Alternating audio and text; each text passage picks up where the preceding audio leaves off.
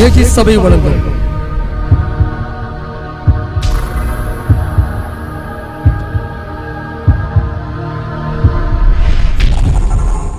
கிருபையும் சத்தியமும்.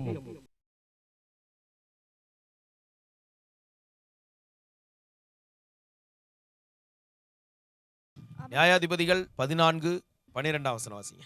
சிம்சோன் அவர்களை நோக்கி, ஒரு விடுகதையை உங்களுக்கு சொல்லுகிறேன். அதை நீங்கள் விருந்துண்கிற 7 நாளைக்குள்ளே கண்டுபிடித்து எனக்கு விடுவித்தால் நான் உங்களுக்கு 30 துப்பட்டிகளையும் 30 மாற்று வஸ்திரங்களையும் கொடுப்பேன். நீங்கள் விருந்துண்கிற 7 நாளைக்குள்ளே, விருந்தை குறித்து தான் இன்னைக்கு நாம் பார்க்க போறோம். ஸ்தோத்திரம். விருந்துண்கிற 7 நாளைக்குள்ளே, விருந்தின் விசேஷங்கள்.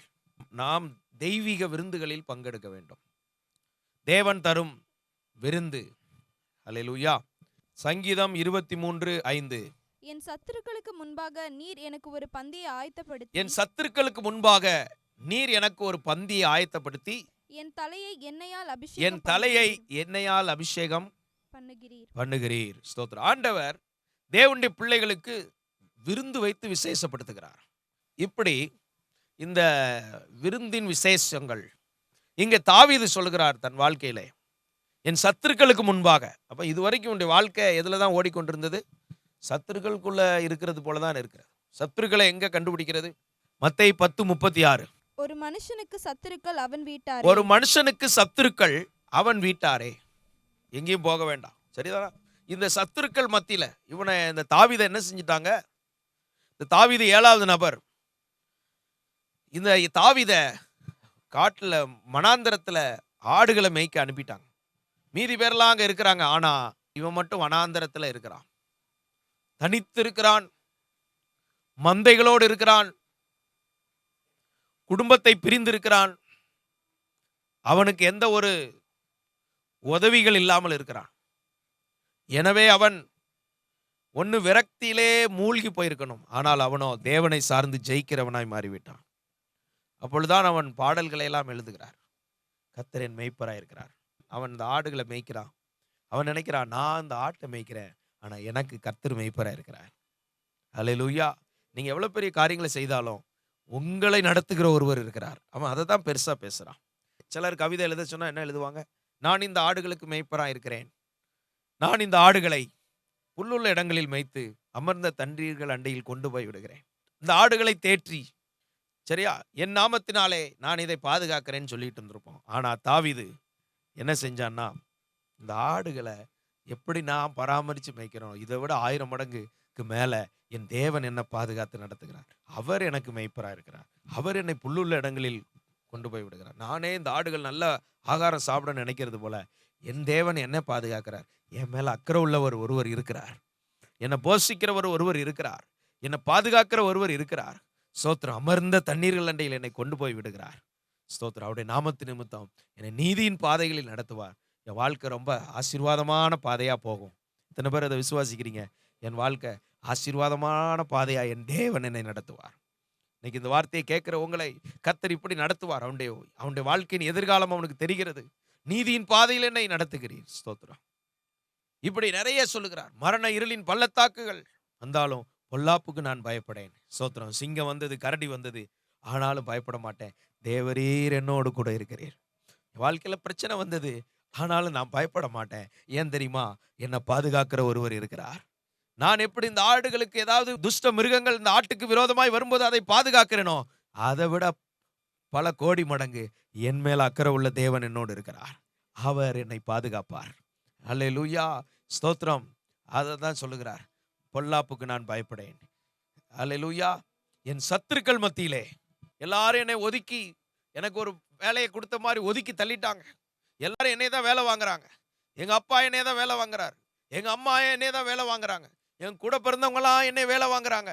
இப்போ நான் இருக்கிறேன். ஆனா ஒரு நாள் வரும், என் சத்துருக்களுக்கு மத்தியிலே என் தேவன் எனக்கு ஒரு பந்தி ஆயத்தப்படுத்துவார்.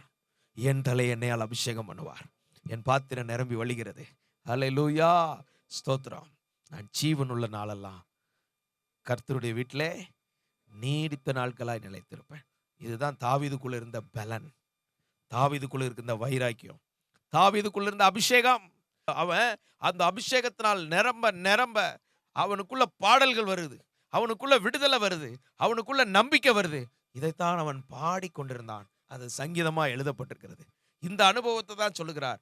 இதே போலத்தான் கர்த்தர் என்ன செய்தார்? சத்துருக்களுக்கு மத்தியில ஒரு பந்தி ஆயத்தப்படுத்தி, அந்த சத்துருக்கள் மத்தியில கர்த்தர் ஒரு பந்தி ஆயத்தப்படுத்தி, ஸ்தோத்திரம், அவன் தலை எண்ணெயால் அபிஷேகம் பண்ணார்.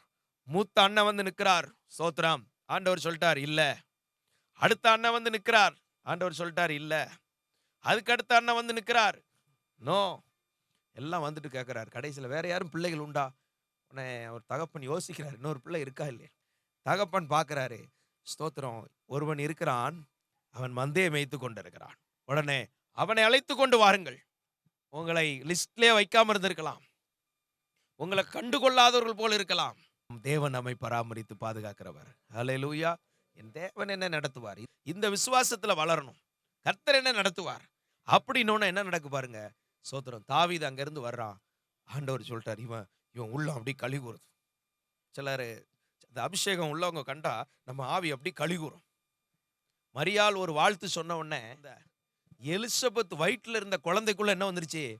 அபிஷேகம் இறங்கிருச்சு. உங்களுக்குள்ள இருக்கிற அபிஷேகம் நீங்க நடந்து போகும்போதே மற்றவங்களை கலிகூற பண்ணும். ஆனா நீங்க தெய்வீக கலிகூறுதல்ல வந்துட்டீங்கன்னா நீங்க நடந்து போனாலே அந்த பிரச்சனை மாறும். இப்படிதான் ஆண்டவர் விரும்புகிறார். தாவீது வந்த உடனே சாமுவேலுக்குள்ள ஆண்டவர் சொல்லிட்டார், இவன் தான். மற்றவங்க எல்லாம் வரும்போது அவன் ஆவி அப்படி ஆஃப் ஆகுது. ஆண்டவர் பேசல. அடுத்த சகோதரர் வரலாம், கர்த்தர் பேசல. வரிசையா வர்றாங்க, பேசல. ஆனா தாவீது வரும்போது இவன் உள்ளம் அப்படி மனம் மலருது, இவன் ஆவி கலிகூறுது. இவன் தான் ஆண்டவர் மேல அபிஷேகத்தை ஊத்துறார். எல்லாரும் உங்களை ஒதுக்கி வைத்திருக்கிறார்களோ, எங்கு நீங்கள் அசட்டை பண்ணப்பட்டீர்களோ, எங்கு நீங்கள் கனவீனப்படுத்தப்பட்டீர்களோ, எங்கு நீங்கள் எடுப்பார் கைப்பிள்ளையா இருந்தீர்களோ, சோத்திரம், வந்தவன் போனவங்கெல்லாம் கோபத்தை காமிக்கிறது யார் மேலதான்? தாவீது மேலதான். ஒருத்தன் சொல்றான் கடைக்கு போயிட்டு வா, இன்னொருத்தன் சொல்ல அயன் பண்ணி வை, இன்னொருத்தன் பாத்திரத்தை கழுவு, இன்னொருத்தன் சூப் அலிசி போட்டு வை, இன்னொருத்தன் சொல்றான் ஒற்றையடி. அல்லேலூயா, ஸ்தோத்திரம். அம்மா சொல்றாங்க வெங்காயத்தை வெட்டு. அவன் ஏற்கனவே அழுதுகிட்டு இருக்கான், கையில வர வெங்காயத்தையும் கத்தி கொடுத்தா என்ன ஆகும்? ஸ்தோத்திரம். உள்ள அழுறது வெளியே வந்துருச்சு. இப்ப என்ன நடக்கு? இந்த அபிஷேகம் தான் நமக்கு கர்த்தர் கொடுக்கிற விருந்து. அல்லேலூயா, கர்த்தர் கொடுக்கிற அபிஷேகம். அதனால அனாயிண்டிங்காக டெய்லி ஜெபம் பண்ணுங்க. ஒரு காலையில, இரவுல, ஒரு மத்தியானம் ஜெபம் பண்ணுங்க. உங்க மேல அந்த அபிஷேகம் பெருகிக்கிட்டே இருக்கும். கொஞ்ச காலத்துக்கு அப்புறம் அந்த பாத்திரம் நிரம்பியே இருக்கும். நிரம்பினதுக்கு அப்புறம் அது நிரப்புகிற பாத்திரமா மாறிடும். அல்லேலூயா, ஸ்தோத்திரம். கர்த்தர் கொடுக்கும் விருந்து. என் தலையை எண்ணெயால் அபிஷேகம் பண்ணுகிறார். இந்த அபிஷேகம் என்ன செய்யும்? நுகத்தை உடைக்கும். ஸ்தோத்திரம். இதுவரைக்கும் சத்துருக்களா இருந்தவங்கலாம் ராஜாவே வாழ்கன்னு சொல்ல வச்சிரும். அல்லேலூயா, ராஜாவே வாழ்க. உங்களை கனப்படுத்தும், உங்களை மேன்மைப்படுத்தும், உங்களை உயர்த்தும், உங்களை ஆசீர்வதிக்கும். இந்த தாவீதோடு இருந்தவங்க, நெருக்கப்பட்டவங்க, கடன்பட்டவங்க, முறுமுறுக்கிறவங்க, ஒடுக்கப்பட்டவர்கள், இப்படிப்பட்டவங்களெல்லாம் தாவீது சோத்திரம் இந்த அபிஷேகத்துக்குள்ள நடத்துறான். இந்த தேவ பலத்துக்குள்ள நடத்துகிறான். தேவன் தாவீதுக்குள் கொடுத்த அந்த பயிற்சிக்குள் நடத்துகிறான். அவர்களுக்குள்ளும் அந்த அபிஷேகம் கடந்து வருகிறது. அவர்களெல்லாம் அங்கங்கு தலைவர்களாய் மாறுகிறார்கள். ஆரோனுடைய சிரசிலே ஊற்றப்பட்ட அபிஷேகம் தாடி வழியாய் அங்கி வழியாய் வடிந்து வருவது போல அந்த அபிஷேகத்தை கர்த்தர் சபையிலே ஊற்றி கொண்டே இருக்கிறார். ஹல்லேலூயா. இந்த அபிஷேகத்தை வாஞ்சிக்கிறவர்களுக்கு அது கிடைக்கும். இந்த ஊழியக்காரங்க மேல கர்த்தர் வச்சிருக்கிற அபிஷேகம் வாஞ்சிக்கிற சின்ன பிள்ளைகள் கூட கிடைக்கும். அப்படித்தானே இருந்தேன் எங்க சர்ச்சில். நான் ஒன்றும் ஒரு பெரிய மூப்பரெல்லாம் இல்லை. சபையில் ஒரு சாதாரண டீ வாங்கி கொடுக்குற பையனா. என் கையில் கொடுத்துருந்த செடியெல்லாம் அழகாக இந்த கத்திரியை வச்சு அழகாக வெட்டி, குரோட்டன்ஸாக இருக்கும், வெட்டி அழகாக பராமரித்து சோத்திரம் அழகுபடுத்தி வச்சுருப்பேன். சோத்திரம். சும்மா இருக்கிற நேரத்துலலாம் ஏதாவது ஒரு வேலை சர்ச்சை நீட்டாக ஒற்றை அடித்து வச்சுருப்போம். பாதரட்சைகள்லாம் அழகாக வரிசையாக அடுக்கி வச்சுருப்போம். அப்படி பார்த்தா சோத்திரம் இராணுவ வீரர்கள் நிற்கிற மாதிரி இருக்கும். அந்த மாதிரி வேலையை மனப்பூர்வமாக செஞ்சேன். ஒரு நாள் சலிச்சதா எனக்கு ஞாபகம் இல்லை. இன்னும் என்ன செய்யணும்? சோத்திரம். அவ்வளோ உள்ள ஆவலாக தான் செஞ்சோம். சோத்திரம். ஆனால் அங்கே கிடைக்கிற அபிஷேகம் வர வர வர வர தானா உயர்த்தப்பட்டது. தானா உயர்வு வருது. அல்லேலூயா. நான் எந்த உயர்வையும் விரும்பினதே கிடையாது. சோத்திரம். நான் தனியாக ஒரு பாஸ்டராகன்னு கூட நினச்சது கிடையாது. ஏதோ கடைசி வரைக்கும் அந்த சர்ச்சை பெருக்கிட்டு அந்த ஓரத்தில் இருந்தால் போகுன்னு தான் நினச்சேன். ஆண்டவராக என்னை ஊழியக்காரன் ஆக்கியிருக்கிறார். அல்லேலூயா. நிறைய லீடர்ஷிப்பும் வந்தது. எந்த லீடர்ஷிப்பையும் நான் கேட்டதில்லை. 2-3 தடவை வேண்டாம் வேண்டாம்னு தான் சொன்னேன். ஆனா அதுவா வருது. அப்படின்னா அர்த்தம் என்ன தெரியுமா? அபிஷேகத்தையும் தெய்வீகத்தையும் விரும்புகிறவங்களுக்கு விரும்பாத தேவனுடைய ஆசீர்வாதத்தெல்லாம் கர்த்தர் தருவார். இவைகள் எல்லாம் கூட கொடுக்கப்படும். இவைகளை அஞ்ஞானிகள் நாடி தேடுகிறார்கள். நீங்க ஏதாவது பதவியை கேளுங்க, நீங்க ஏதாவது பதவியை கேட்டு தேடி பாருங்க, அது உங்களுக்கு நிக்காது. நின்னாலும் ஆசீர்வாதமா இருக்காது. நீங்க பதவியெல்லாம் வைத்திருக்கிற தேவனை தேடுங்க, தேவன் தரும் அபிஷேகத்தை தேடுங்க. கர்த்தர் உங்களை கனப்படுத்துவார். ஆபத்தில் நானே அவனோடு இருந்து அவனை தப்புவித்து அவனை கனப்படுத்துவேன். கர்த்தரே கூட இருப்பார், கர்த்தரே தப்புவிப்பார், கர்த்தரே கனப்படுத்துவார். இந்த அபிஷேகம் தான் நம்ம உயர்த்துறது. நம்ம ஒரு ஆளே கிடையாது. ஸ்தோத்திரம். நீங்க எத்தனை கிலோவோ அத்தனை கிலோ மண்ணு. ஸ்தோத்திரம். ஆனா ஆண்டவர் நம்ம மேல வச்சிருக்கிற அந்த கிருபை, அந்த அபிஷேகம் என்னமும் கனப்படுத்தி கொண்டே இருக்கும். சுவாசிக்கிறீங்களா? ஸ்தோத்திரம். ஆண்டவருக்கு மகிமை. எந்த இடத்துலலாம் நம்மளை வெறுமையாக்குறோமோ, எந்த இடத்துலலாம் நம்ம தாழ்த்துறோமோ, அப்பெல்லாம் தேவன் கிருபை கொடுக்குறார். அப்ப சத்துருக்கள் மத்தியில ஒரு விருந்த கர்த்தர் வச்சுட்டா இருப்பாருங்க. அந்த விருந்து ஸ்தோத்திரம் ஆண்டவர் அவன் வாழ்க்கையில கொடுத்ததுக்கு அப்புறம் தாவீது நாளுக்கு நாள் உயர்த்தப்பட்டிருந்தான். அடுத்து ஒரு சோதனை வருது. கோலியாத் வருகிறான், தாவீது எதிர்கொண்டு போகிறான், அவனை மேற்கொள்ளுகிறான். அடுத்து யுத்தங்கள் வருகிறது, யுத்தங்களிலே ஜெயத்தை பெறுகிறான். அவனை கர்த்தர் ராஜாவாக்கினார். ராஜாவை ஸ்தோத்திரம் 400 பேருக்கு தலைவனாகிறான். அடுத்து இன்னும் தலைவனாகிறான். ஸ்தோத்திரம். அப்புறம் ராஜாவா அபிஷேகம் பண்ணப்படுறான். கர்த்தர் அவனோடு இருக்கிறார். அல்லேலூயா. தேவனோடு இருப்பேங்கிறான். அவன் சொல்லுகிறான், நான் அரண்மனையில இருப்பேன்னு சொல்லல, நான் கர்த்தரோடு இருப்பேன். நான் நீடித்த நாட்களாய் கர்த்தருடைய வீட்டிலே நீடித்த நாட்களாய் நிலைத்திருப்பேன். தேவனுடைய வீட்டில் நீடித்த நாளாய் இருப்பேன். அவருடைய ஆலயத்தின் வாசற்படியிலே காத்திருப்பேன். வாசப்படியில போய் உட்கார்ந்திருப்பேன். ஸ்தோத்திரம். இந்த ஆவி அவனுக்குள்ள இருந்துச்சு பாருங்க. இதுதான் அவனுடைய உள்ளம். சிங்காசனத்தில் விற்பேன்னு அவன் ஒரு நாள் சொன்னது கிடையாது. அவன் சொல்றான், நான் கட்டில கூட படுக்க மாட்டேன், என் ஆண்டவருக்கு நான் ஆலயம் கட்டணும். தாவீதுக்குள்ள இருந்த அந்த அக்கினியை பார்த்தீங்களா? தேவனுக்கு ஒரு ஆலயம் கட்டுறதுக்கு முன்னால ஸ்தோத்திரம், என் படுக்கையாகிய கட்டில் மேல் நான் ஏறுவதில்லை. என்ன பக்தி பாருங்க. அல்லேலூயா. ஸ்தோத்திரம். இப்படி தேவனை தேடுற விஷயத்துல அவனுக்கு இருந்த தாகத்தை பாருங்க, அவனுக்கு இருந்த வாஞ்ச. சரி, இப்போ அந்த விருந்து தான் முக்கியம். என் சத்துருக்களுக்கு முன்பாக எனக்கு ஒரு பந்தி ஆயத்தப்படுத்தி என் தலையை அபிஷேகம் பண்ணுகிறேன். எண்ணெயால் அபிஷேகம் பண்ண. இன்னொரு இடத்துல வரும்போது புது எண்ணெயினால் அபிஷேகம் பண்ணப்படுகிறேன். அப்படி என்றால் என்ன? இந்த காலத்துல என்ன வேலை செய்யப்பட வேண்டுமோ அதற்குரிய அபிஷேகத்தை கர்த்தர் தருகிறார். விசுவாசிக்கிறீங்களா? அல்லேலூயா சொல்லுங்க. இந்த காலத்துல ஒரு வேலை நடக்கணும்ல. இந்த காலம் நான் சொல்றது புரியுதா? 2014 இந்த ஆகஸ்ட் மாதத்துக்கு அப்புறம், இந்த ஆகஸ்ட் மாதத்துல இருந்து டிசம்பருக்குள்ள செய்ய வேண்டிய வேலையை செய்வதற்குரிய அபிஷேகத்தை கர்த்தர் நமக்கு தருகிறார். புது எண்ணெயினால் அபிஷேகம் பண்ணப்படுற. சிலர் பழைய அபிஷேகத்தை வச்சே கதையை ஓட்டு பார்ப்பாங்க. ஸ்தோத்திரம். பழைய அபிஷேகத்தை வச்சு கதையை ஓட்ட முடியாது. ஸ்தோத்திரம். வண்டியில இன்ஜின் ஆயில் அந்த மாற்றும் போது தான் அந்த இன்ஜின் ஃபால்ட் இல்லாமல் ஓடும். அப்படி ஓடும்போது கரெக்டாக கம்பெனி கேரிங்கில் வச்சுருந்தோம்னா அந்த இன்ஜின் 5 லட்சம் கிலோமீட்டர் வரைக்கும் ஓடுது. முந்திலாம் 1 லட்சம் தான் ஓடும். அந்த இன்ஜின் ஆயிலுடைய மதிப்பும் கம்மி. ஆனால் இப்போ அதை சரியாக பராமரிக்கும் போது, புது எண்ணெய் அதில் இருக்கும்போது அந்த இன்ஜின் ஓடிக்கிட்டே இருக்கும். ரத்த ஓட்டம் எப்படி நம்ம உடம்புல இருக்குதோ அதே போல் வாகனங்களில் இன்ஜின் ஆயில் சரியாக மாற்ற வேண்டியிருக்கு. இதே போல தான் நமக்குள்ள புது எண்ணெய் அபிஷேகம் இருந்துச்சுன்னா வண்டி ஓடிக்கிட்டே இருக்கும். அல்லேலூயா சொல்லுங்க. புது எண்ணெய் இருந்துச்சுன்னா வண்டி ரொம்ப நாள் ஓடிக்கிட்டே இருக்கும். பழைய எண்ணெயை வச்சே கதையை ஓட்டினீங்கன்னு வைங்க, ஸ்தோத்திரம், அந்த எண்ணெய்லாம் வர வர என்ன செய்யும்? அந்த பசத்தன்மை, எண்ணெய் பசை இருக்காது. அடுத்ததுக்கப்புறம் அந்த எண்ணெயுடைய கலர் இருக்காது. அதுக்கப்புறம் ஸ்தோத்திரம் கண்மை மாதிரி கருப்பாயிரும். காரணம் என்னன்னா அந்த புது அபிஷேகம் இல்லாதனால தான் காரணம். ஆனால் ஆண்டவர் இன்னைக்கு நம்மளோட இடைப்படுகிறார். பழைய அபிஷேகத்தை நம்பாதீங்க. இந்த வேலைக்கு நீ கர்த்தர் புது அபிஷேகம். இன்னைக்கு ஒரு வேலையை கர்த்தருக்காக செய்ய போறீங்களா? இந்த நாளுக்குரிய அபிஷேகத்தை பெற்றுட்டு தான் வீட்டை விட்டு வெளியில எழும்பணும். ஒரு அல்லேலூயா சொல்லுங்க. ஆனா தேவ அபிஷேகம் புது அபிஷேகம். காலையிலே எழும்பி ஜபிச்சு ஜபிச்சு ஜபிச்சு என் பாத்திரம் நிரம்பி நிரம்பி வழி. ராத்திரி 10 மணிக்கு இல்லை, காலையில 3 மணி 4 மணிக்கே நிரம்பிடணும். நிரம்பிருச்சா? இந்த அனுபவம் எத்தனை பேருக்கு இருக்கு? காலையிலே அபிஷேகம் பெறணும், தனி ஜெபத்திலே அபிஷேகம் பெறணும். அபிஷேகம் பெறாம வீட்டை விட்டு வெளியே வரக்கூடாது. அன்றன்றைக்குரிய அபிஷேகத்தை ஜெபித்து குடும்பமா ஜெபம் பண்ணி வாங்கணும். உங்க வீட்டில் ஒரு பிரச்சனை இருக்கா, அதை உடைக்கிறதுக்குன்னு கர்த்தர் ஒரு அபிஷேகம் தருவார். தாவீது ஒரே ஸ்பாட்ல ஜெயிச்சிட்டான். சிம்சோன் ஒரே ஸ்பாட்ல ஜெயிச்சார். இன்னைக்கு இதே போல ஆண்டவரே அந்த அபிஷேகத்தை ஊற்றும், அபிஷேகத்தை ஊற்றும். பிரச்சனைனே சொல்லக்கூடாது. பிரச்சனையை மறந்துடுங்க. அனாயிண்டிங் இறங்கட்டும் ஆண்டவர், அபிஷேகம் இறங்கட்டும் ஆண்டவர், அபிஷேகம் இறங்கட்டும் ஆண்டவர். இப்போ இந்த வல்லமையை மேற்கொள்ளும்படி அபிஷேகம் இறங்கட்டும். அப்படியே ஒரு அபிஷேகம் இறங்கும் பாருங்க, தட்டார்னது உடஞ்சிரும். அந்த அபிஷேகம் ஒரு வந்த மாதிரி இருக்கும், தடை காணாம போயிடும். ஹல்லேலூயா. ஒரு செகண்டுக்குள்ள ஸ்தோத்திரம், அந்த தடை அப்படியே மாறி உங்க கையில கர்த்தர் ஜெயத்தை கொடுத்துருவார். ஹல்லேலூயா. இந்த விருந்து ஆவிக்குரிய ஸ்தோத்திரம், விருந்தை கர்த்தர் வைத்திருக்கிறார். இது எதை குறிக்கிறது என்றால் ஸ்தோத்திரம், தேவன் நம்மை அபிஷேகிப்பதற்கு அடையாளம். அபிஷேகம் பெற்றவர்கள் கர்த்தர் கொடுக்கும் விருந்து வாழ்க்கை வாழ்கிறார்கள்.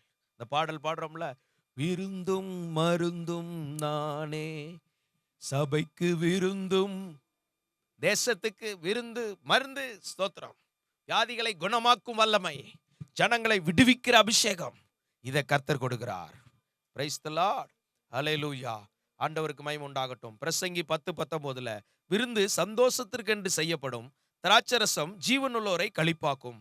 ஸ்தோத்திரம், பணமோ எல்லாவற்றுக்கும் உதவும். விருந்து சந்தோஷத்திற்கென்று செய்யப்படுமா? அடுத்து விருந்துடைய ஆசீர்வாதம் என்ன? விருந்தின் விசேஷம் என்ன? சந்தோஷம். ஒரு சந்தோஷத்தின் அனுபவத்தில் கர்த்தர் நம்மை பலப்படுத்துவார்.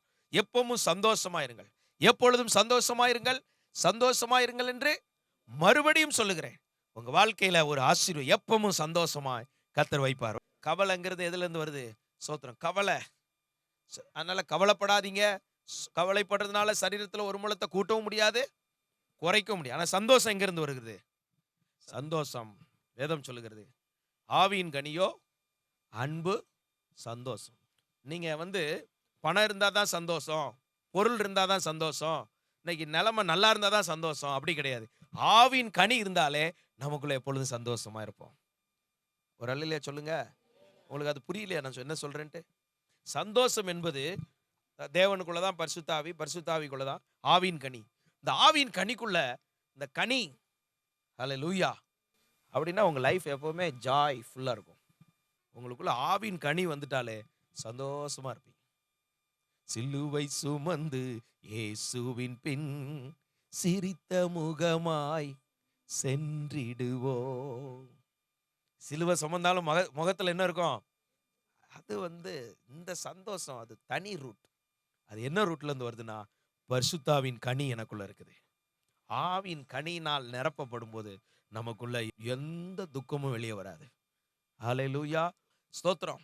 இந்த மனசுக்குள்ள எப்பவுமே ஒரு சந்தோஷமா, எப்படி எத்தனை பேருக்கு இந்த கனி வேணும்னு நினைக்கிறீங்க?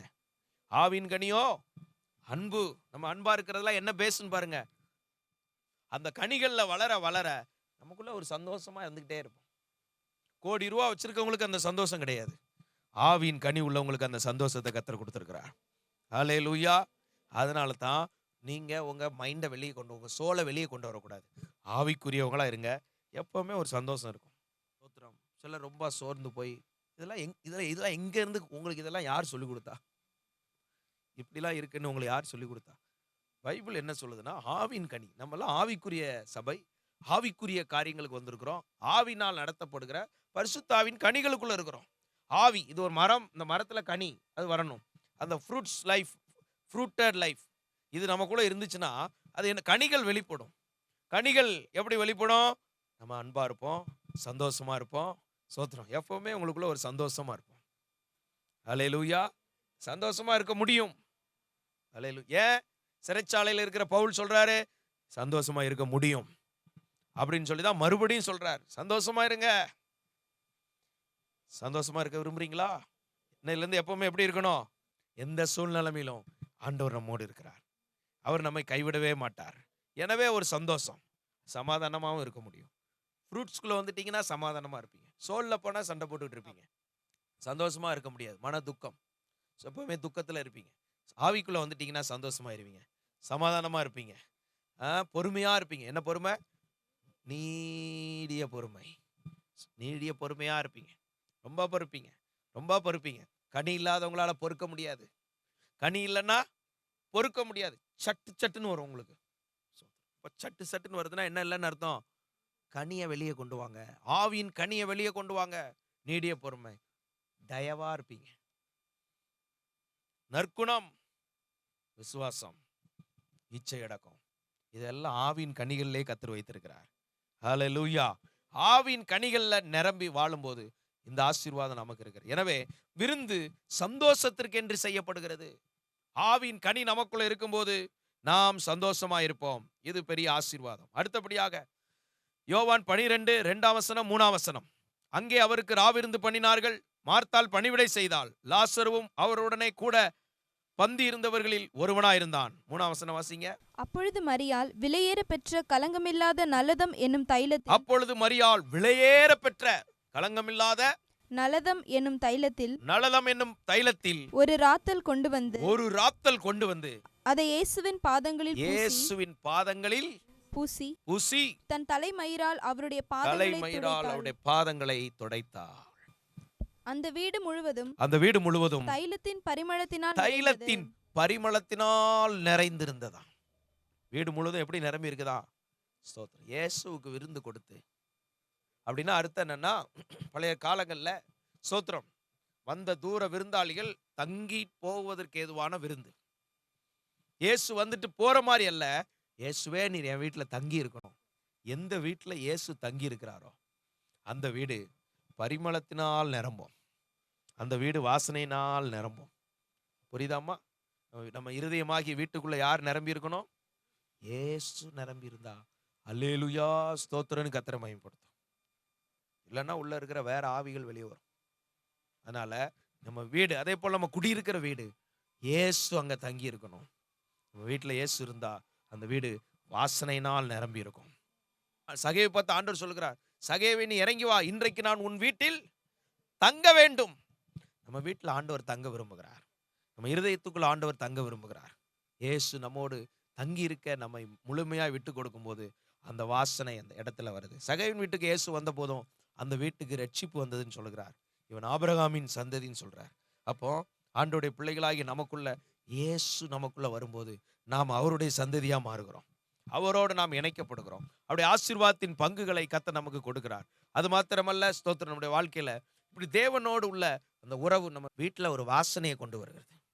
நாம் கிறிஸ்துவின் நற்கந்தமா இருக்கிறோம். முன்பு நாம் துர்க்கந்தமா இருந்தோம். முன்னால் கெட்ட நாற்றமுடையவர்களா இருந்தோம். இப்பொழுது நம்முடைய வாழ்க்கையை வாசமா கர்த்தர் மாற்றுகிறார். அதுக்கு காரணம் என்ன? இயேசு அமர இடம் கொடுக்கணும். யார் அமர இடம் கொடுக்கணும்? இயேசு நமக்குள் அமர்ந்திருக்க இடம் கொடுக்கணும். ஸ்தோத்திரம். நீங்க பிரச்சனையை பார்க்குற ஆட்களா இருக்கக்கூடாது. பிரச்சனையை பார்க்கறதும் ஜோசியம் பார்க்கறதும் ஒண்ணுதான். பிரச்சனையை பார்க்கறதும் ஸ்தோத்திரம் மற்ற 4 நட்சத்திரம் பார்க்கறதும் ஒண்ணுதான். இதெல்லாம் விட்டுட்டு இயேசுவை பார்க்கிறோம். அவர் எவ்வளவு பெரியவர், அவர் எவ்வளவு நல்லவர், அவர் எவ்வளவு அற்புதர், அவர் என்ன செய்ய விரும்புகிறார், இப்படி அவரையே பார்க்க பார்க்க ஸ்தோத்திரம் அந்த பெரியவர் கிரியை செய்ய ஆரம்பிப்பார். அந்த வீடே வாசனையினால் நிரம்பும். அல்லேலூயா. இயேசு போன இடத்துல இருளில் இருக்கிற ஜனங்கள் வெளிச்சத்தை கண்டார்களாம்.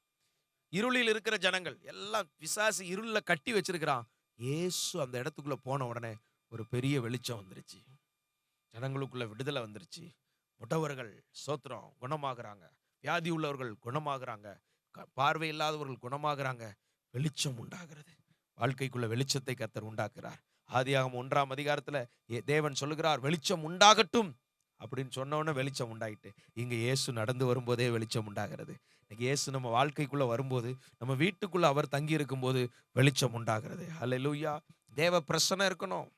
எப்பொழுதும் தேவ பிரசன்னத்தினால் நம்ம வீடு நிரம்பி இருக்கணும். தேவ பிரசன்னத்தை நம் வீட்டில் வைக்க நாம் என்ன செய்ய வேண்டும் என்பதை நாம் புரிந்து கொள்ளணும். ஓபேத் ஏதோமுடைய வீட்டிலே உடன்படிக்கப்பட்டு இருந்ததினால் அவனையும் அவனுக்கு உண்டான எல்லாவற்றையும் கர்த்தர் ஆசீர்வதித்தார். இதே போல நம்ம வீட்டில் தேவ பிரசன்னம் இருக்கும்போது நம்ம வீடு ஆசீர்வதிக்கப்படும்.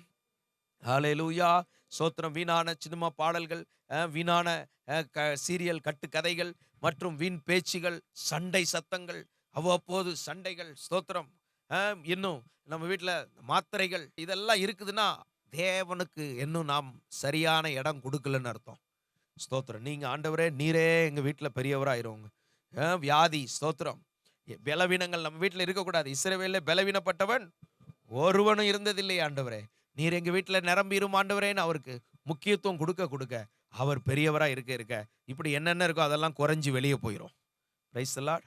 இதெல்லாம் இயேசு மாற்றது வல்லமை உள்ளவராக இருக்கிறார். இயேசு இன்றைக்கும் ஜீவிக்கிறார். ஹல்லேலூயா. எனவே இப்படிப்பட்ட விருந்து ஸ்தோத்திரம் நம்முடைய வீட்டு சூழ்நிலைமையை மாற்றுகிறது. இயேசுவே நமக்கு ஒரு விருந்து. அவர் நம்மோடு இருப்பதே நமக்கு ஒரு விருந்து. விசுவாசிக்கிறீங்களா? எஸ்தர் 7ஆம் அதிகாரம் 1ஆம் வசனத்திலே ராஜாத்தியாகிய எஸ்தருடனே விருந்துண்ண ராஜாவும் ஆமானும் வந்தபோது இரண்டாம் நாள் விருந்தில் திராட்சரசம் பரிமாறப்படும்போது ராஜா எஸ்தரை நோக்கி எஸ்தர் ராஜாத்தியே உன் வேண்டுதல் என்ன அது உனக்கு கொடுக்கப்படும் நீ கேட்கிற மன்றாட்டு என்ன நீ ராஜ்யத்தில் பாதி மட்டும் கேட்டாலும் கிடைக்கும். அப்பொழுது ராஜாத்தியாகிய எஸ்தர் பிரதியுத்தரமாக, ராஜாவே, உம்முடைய கண்களில் எனக்கு கிருபை கிடைத்து ராஜாவுக்கு சித்தமாயிருந்தால் என் வேண்டுதலுக்கு என் ஜீவனும் என் மன்றாட்டுக்கு என் ஜனங்களும் எனக்கு கட்டளையிடப்படுவதாக. நம்முடைய வேண்டுதல்களை எல்லாம் கர்த்தர் கேட்கிறார். ஹல்லேலூயா. இன்றைக்கு சபை ஆண்டவருக்கு கொடுக்கிற விருந்து என்ன? அவரை ஆராதிக்கிற ஆராதனை. ஆமென். நல்லா கர்த்தரை ஆராதித்து அப்பாவை கொண்டாடி மகிழும் போது இயேசு நம்முடைய வேண்டுதலை எல்லாம் கேட்கிறார். என் நாமத்தினாலே நீங்கள் எதை கேட்பீர்களோ அதை நான் செய்வேன் சொல்லியிருக்கிறார். அது மட்டுமல்ல, எஸ்தர் கேட்கிறாள், ஸ்தோத்திரம், என் ஜீவன், என் ஜனங்களின் ஜீவன், ஸ்தோத்திரம். இன்னைக்கு நாம் கேட்கிற அழிவுக்கு நேரான ஆத்துமாக்களை, மரணத்துக்கு நேரான ஆத்துமாக்களை, பாதாளத்துக்கு போகிற ஆத்துமாக்களை மீட்கும் ஒரு மீட்பு படையாய் கர்த்தர் நம்மை வைத்திருக்கிறார். எஸ்தர் கேட்டாள். அவர் யூத ஜனங்களை அந்த நாளிலே பாதுகாக்க கர்த்தர் பயன்படுத்தினார். இதே போல இன்னைக்கு ஆண்டவரிடத்தில் நம்ம கேட்கும் போது நம்ம வேண்டுதல்கள் எல்லாம் கர்த்தர் அவர் நிறைவேற்ற வல்லமையுள்ளவராக இருக்கிறார். நம்ம என்ன கேட்கிறோமோ அதையெல்லாம் கர்த்தர் செய்ய வல்லமையுள்ளவராக இருக்கிறார். நம்முடைய வேண்டுதல்களுக்கு கர்த்தர் பதில் கொடுக்கிறார். ஸ்தோத்திரம்.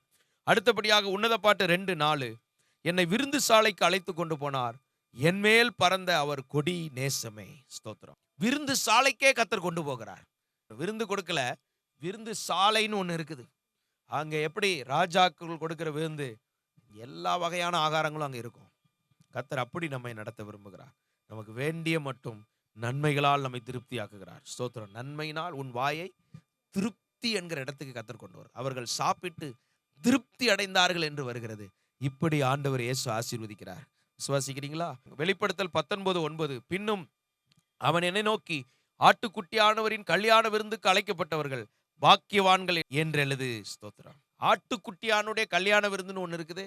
இயேசு கிறிஸ்துவை ஆண்டவராய் ஏற்றுக்கொண்டு அவருடைய வசனத்தின்படி நடந்து பரிசுத்தமா வாழ்ந்து தன்னை காத்து கொண்டவர்கள், புத்தி உள்ள கன்னிகையா இருக்கிறவர்கள், ஆண்டவராய் இயேசு சீக்கிரம் வரப்போகிறார். அவருடைய வருகையிலே மத்திய வானத்திலே அவர் நம்மை எடுத்துக்கொள்வார். அவர் 2வது வருகையிலே, அந்த ரகசிய வருகை என்கிற இடத்திலே அவர் பூமிக்கு வருவதில்லை, அவர் வானத்திலே வருவார். அந்த வருகையின் பிரசன்னம் நம்ம இழுத்து கொள்ளும். எப்படி இந்த மண்ணிலே இந்த காந்தத்தை மண்ணில் போட்டால் அதில் உள்ள இரும்பு துகள்களை எடுத்துக்கொள்வது போல ஆண்டவருடைய வருகையின் பிரசன்னம் ஒரு நொடி பொழுதிலே ஜனங்களை மத்திய வானத்திற்கு மறுரூபமாக்கி எடுத்துக்கொள்வார். அல்லேலூயா. மோசே 40 நாள் ஜெபித்த போது அவனுடைய முகம் மறுரூபமானது. அவனுடைய முகம் மறுரூபமானதை ஜனங்களால் பார்க்க முடியவில்லை. இப்படிப்பட்ட சூழ்நிலையிலே மோசே முக்காடிட்டு கொண்டான். இதே போல 40 நாள் ஜெபித்த மோசேயின் முகத்தை ஜனங்கள் பார்க்க முடியவில்லை என்றால், தேவாதி தேவன் தம்முடைய மகிமையோடு மத்திய வானத்திற்கு வரும்போது அவருடைய பிள்ளைகள் உடனே ஒரு நொடி பொழுதில் நாம் மறுரூபமாக்கப்படுவோம். மத்திய வானத்திலே 7 வருஷம் ஆட்டுக்குட்டியானுடைய கல்யாண விருந்து இருக்கிறது. ஸ்தோத்திரம். அந்த 7 வருஷம் உலகத்துல உபத்திரவ காலம், மகா உபத்திரவ காலம் இருக்குது. ஆனா அதற்கு தப்புறதுக்கு இன்றைக்கு சபையை கர்த்தர் ஆயத்தப்படுத்தி கொண்டிருக்கிறார். ஆண்டவர் இன்றைக்கு சபையை, தம்முடைய மனவாட்டி சபையை ஆயத்தப்படுத்தி கொண்டிருக்கிறார். கரை, திரை, பிழைகள் ஒன்றுமில்லாமல் பரிசுத்தமும் பிழையற்றதுமான சபையா இருப்பதற்கு தம்மை தாமே ஒப்பு கொடுத்திருக்கிறார். இந்த சபை ஆயத்தமாக்கப்பட வேண்டும். இயேசு சீக்கிரம் வரப்போகிறார். அவரை சந்திக்க இன்னைக்கு நாம் ஆயத்தமா இருக்க வேண்டும். ஒரு பெரும் கூட்டத்தையும் நாம் ஆயத்தப்படுத்த வேண்டும். இன்றைக்கு இந்த 2 பொறுப்பை கர்த்தர் நமக்கு கொடுத்திருக்கிறார். ஒன்று, நம்மை நாம் ஆயத்தப்படுத்த வேண்டும். 2வது, நம்மை சார்ந்திருக்கிற மற்றவர்களை நாம் ஆயத்தப்படுத்த வேண்டும். இயேசு சீக்கிரம் வருகிறார். இதோ சீக்கிரமாய் வருகிறேன். அவன் அவனுடைய கிரியைகளின்படி அவனுக்கு நான் அளிக்கும் பலன் என்னோடு கூட வருகிறது. அநியாயம் செய்கிறவன் இன்னும் அநியாயம் செய்யட்டும், அசுத்தமாய் இருக்கிறவன் இன்னும் அசுத்தமாய் இருக்கட்டும், பரிசுத்தம் உள்ளவன் இன்னும் பரிசுத்தமாகட்டும், நீதி உள்ளவன் இன்னும் நீதி செய்யட்டும். நான் வரப்போகிறேன் சீக்கிரத்தில் இயேசு அழைக்கிறார். அந்த ஆட்டுக்குட்டியானுடைய கல்யாண விருந்துக்கு நம்மை ஆயத்தப்படுத்த வேண்டும். ஸ்தோத்திரம். அந்த கல்யாண விருந்து, அல்லேலூயா, 1 நாள் 2 நாள் அல்ல, 7 வருஷம் அங்க இருக்குது. அதுக்கப்புறம் இயேசு இந்த பூமியில வரப்போறார். 1000 வருஷ அரசாட்சி. அதுக்கப்புறம் ஸ்தோத்திரம், நியாய தீர்ப்பு. அன்றைக்கு தான் உலகத்தை நியாயம் தீர்ப்பார். இப்படி கடைசி கால சம்பவங்களுக்கு நேரம் நம்ம போய் கொண்டிருக்கிறோம். இந்த உலகத்தில் ஆண்டவர் இயேசு சொன்ன கடைசி கால அடையாளங்கள் எல்லாம் நடந்து கொண்டிருக்கிறது. இதுவரைக்கும் ரட்சிப்பின் அனுபவம், ஆண்டவருக்கு தன்னை முழுமையாக ஒப்பு கொடுக்காம, இல்லைன்னா ஒப்பு கொடுத்தாலும் உண்மையான வாழ்க்கை இல்லாமல், உள்ள ஒரு வாழ்க்கை வெளியே ஒரு வாழ்க்கை, மாயமால வாழ்க்கை, வெளியே ஒரு மாதிரி நல்லவங்க போல காண்பித்து உள்ளுக்குள்ள பாவத்தில் வாழ்ந்து கொண்டிருந்தோம்னா, இன்னைக்கு ஆண்டவர் நம்மை மாற்ற ஒரு வாய்ப்பை கொடுக்கிறார். இன்றைக்கு நம்முடைய வாழ்க்கையை ஒப்பு கொடுத்து அவரை சந்திக்க நாம் ஆயத்தப்படுவோம். விருந்துகளின் விசேஷங்களில் பங்கெடுங்கள். கர்த்தர் ஆசீர்வதிப்பாராக. நாம் ஜெபிப்போம். பரிசுத்த பிதாவே, இப்பொழுதும் இந்த வார்த்தைகளை கேட்ட ஒவ்வொருவரையும் ஆசீர்வதியும் ஆண்டவரே. ஒவ்வொருவர் மேலும் உம்முடைய கிருபை உண்டாவதாக. இவருடைய வாழ்க்கையில் இருக்கிற நுகங்களும் தடைகளும் உடைக்கப்படுவதாக. ஆண்டவரே, சத்துருக்களுக்கு முன்பாக விருந்தை ஆயத்தப்படுத்துகிறவர், அபிஷேகம் பண்ணுகிறவர், தலையை எண்ணெயினால் அபிஷேகம் பண்ணுகிறவர். இதுவரைக்கும் யாரெல்லாம் சத்துருக்களின் மத்தியிலே அகப்பட்டது போல கட்டுண்டவர்களாய் பிடிபட்டவர்களாய் இருக்கிறார்களோ, இன்றைக்கு ஒரு அபிஷேக தைலம் ஒவ்வொருவர் மேலும் ஊற்றப்படுவதாக. அவர்கள் கனப்படுத்தப்படுவார்களாக, மேன்மைப்படுத்தப்படுவார்களாக, ஆசீர்வதிப்பீராக, நன்மை உண்டாவதாக.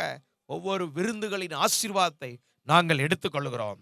இயேசுவே சோத்திர, உமக்கு அந்த விருந்து கொடுத்ததினால் அந்த வீடு வாசனையினால் நிரம்பினது. நீர் அங்கே வாசம் பண்ணினீர், அந்த வீட்டுக்கு ரட்சிப்பு வந்தது. இதே போல இன்றைக்கு உம்மை தங்களுடைய இல்லத்திலே அழைத்து ஹல்லேலூயா இடம் கொடுக்கிறார்களோ, அவருடைய உள்ளத்தில் இப்பொழுது அந்த சந்தோஷம் வருவதாக, அந்த விடுதலை வருவதாக. விருந்து சந்தோஷத்திற்காக செய்யப்படுகிறது. இந்த சந்தோஷம் இல்லாதவர்களுக்கு இப்பொழுதே அந்த சந்தோஷத்தை கொடுப்பீராக. பாவ மன்னிப்பின் நிச்சயத்தை கொடுப்பீராக. இயேசுவே, சிலுவையிலே எல்லாருடைய பாவத்தையும் சுமந்தவர். யாரெல்லாம் இப்பொழுது இந்த வார்த்தைகளை கேட்டு உணர்வடைகிறார்களோ, அவர்களுக்குள் இந்த ரட்சிப்பின் சந்தோஷம் வருவதாக ஆயத்தப்படுத்துவீராக. தரித்திரங்களும் சாபங்களும் தண்டனைகளும் ஓடி போவதாக, நன்மைகள் உண்டாவதாக, ஆசீர்வதிப்பீராக. கடன் பிரச்சனைகள் கட்டுகள் உடைவதாக. ஆட்டுக்குட்டியானுடைய கல்யாண விருந்துக்கு ஆயத்தமாக உதவி செய்வீராக. ஆண்டவரே ஸ்தோத்திரம். புத்தி உள்ள கன்னிகையாய் உம்மை சந்திப்பதற்கு எப்பொழுதும் ஆயத்தமுள்ள சபையாயிருக்க உதவி செய்ய ஜெபிக்கிறோம். எல்லாரையும் ஆசீர்வதிங்க. இந்த வார்த்தைகளை கேட்ட ஒவ்வொருவரையும் ஆசீர்வதிங்க. உம்முடைய நாமத்தை மகிமைப்படுத்துங்க. இயேசுவின் நாமத்தில் பிதாவே, ஆமேன், ஆமேன்.